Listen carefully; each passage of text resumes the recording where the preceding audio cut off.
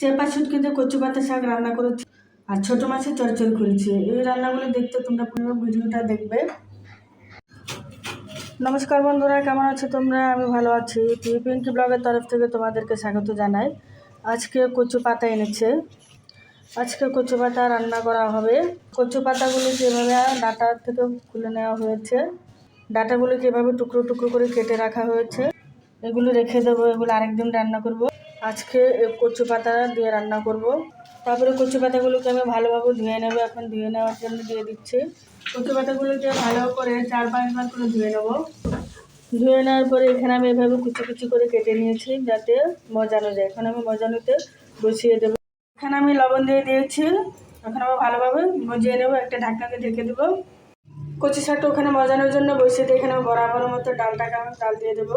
এখানে আমি পেঁয়াজ ফোড়ন দিয়ে নিয়েছি। আজকে এখানে কিছু ছোটো ছোটো মাছ নিয়েছি রান্না করার জন্য। ছোটো মাছগুলো রান্না করার জন্য এখানে চিচিঙ্গা আর আলু এভাবে চিকন চিকন করে কেটে নেওয়া হচ্ছে। ভালোভাবে ধুয়ে নেবো পরে কাটার পরে। তারপর এখানে পেঁয়াজগুলো কুচি করে নেওয়া হয়েছে। এখানে কয়েকটা রসুন নেওয়া হয়েছে। এখানে গরম জল বসিয়ে দিয়েছিলাম। এখানে আমি চিচিঙ্গার আলুগুলোকে ভালোভাবে ধুয়ে নিয়েছি।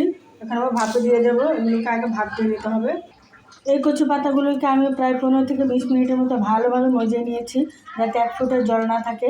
জলটাকে ভালোভাবে শুকিয়ে নিয়ে এভাবে মজিয়ে নিয়েছি। কচু পাতাগুলোকে আমি এই শুটকি মাছ দিয়ে রান্না করবো। এখানে 3টা শুটকি নিয়েছি, আমি ভালোভাবে ধুয়ে নিয়েছি। চিচিঙ্গার আলুগুলো এখানে ভাপ দেওয়া হতো। এখন আমি এখানে ভাবলাম যে কচু শাকটা মানে কচু পাতাগুলোকে আমি ভালোভাবে রান্না করে নিয়ে নিই।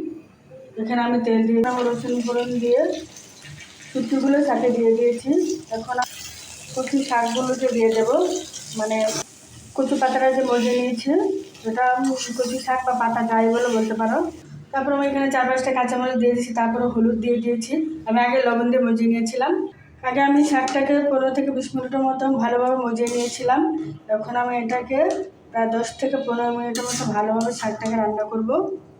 এই শাকটাকে আমাদের বাসায় সবাই খুব পছন্দ করে, তাই আমরা মাঝে মধ্যে এভাবে রান্না করি, বা অন্যভাবেও রান্না করা যায়, তাও করে দেখাবো। কচি শাকগুলো নামিয়ে নেওয়ার পর আমি মাছগুলোকে ভালোভাবে ধুয়ে নিয়েছি। এখানে আমি ধুয়ে নেওয়ার পরে আমি এখানে হলুদ লবণ দিয়ে মাখিয়ে নিচ্ছি। মাছগুলোকে ভেজে নিতে হবে হালকা একটু। তারপর কড়াইতে তেল দিয়ে আমি মাছগুলোকে আমি খুব হালকাভাবে ভেজে নিয়েছি, খুব বেশি কড়া করে ভাজবো না। এখন নামিয়ে নেবো। কড়াইতে তেল দিয়ে পেঁয়াজগুলোকে দিয়ে দিয়েছি ভেজে নেওয়ার জন্য। তারপর এখানে মশলা নিয়ে নিয়েছি, হলুদ মরিচের গুঁড়ো, জিরার গুঁড়ো, পরিমাণ মতো লবণ। তারপর পেঁয়াজগুলো ভাজা হয়ে যাওয়ার পর এখানে আমি মশলাগুলোকে দিয়ে দিয়েছি, ভালোভাবে কষিয়ে নেবো। মশলাগুলো অল্পগুলো, তারপরে এখানে আমি সবজিগুলো দিয়ে দেবো। মশলার সাথে সবজিগুলোকে আমি 5 মিনিটের মতো কষিয়ে নেবো।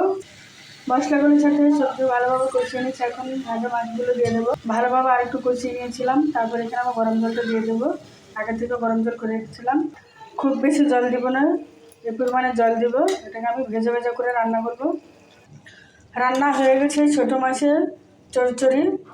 এভাবে সবজি দিয়ে রান্না করেছি। তো আমার রান্না হয়ে গেছে, নামিয়ে নিয়েছি। আমার এই রান্নাগুলি কেমন হয়েছে তোমরা আমাকে জানিও। কচু পাতার শাকটা এভাবে শুটকি দিয়ে রান্না করলে অনেক ভালো লাগে। আমার রান্না তোমাদের কাছে ভালো লেগে থাকলে লাইক কমেন্ট শেয়ার করে দিও। Tata, bye bye.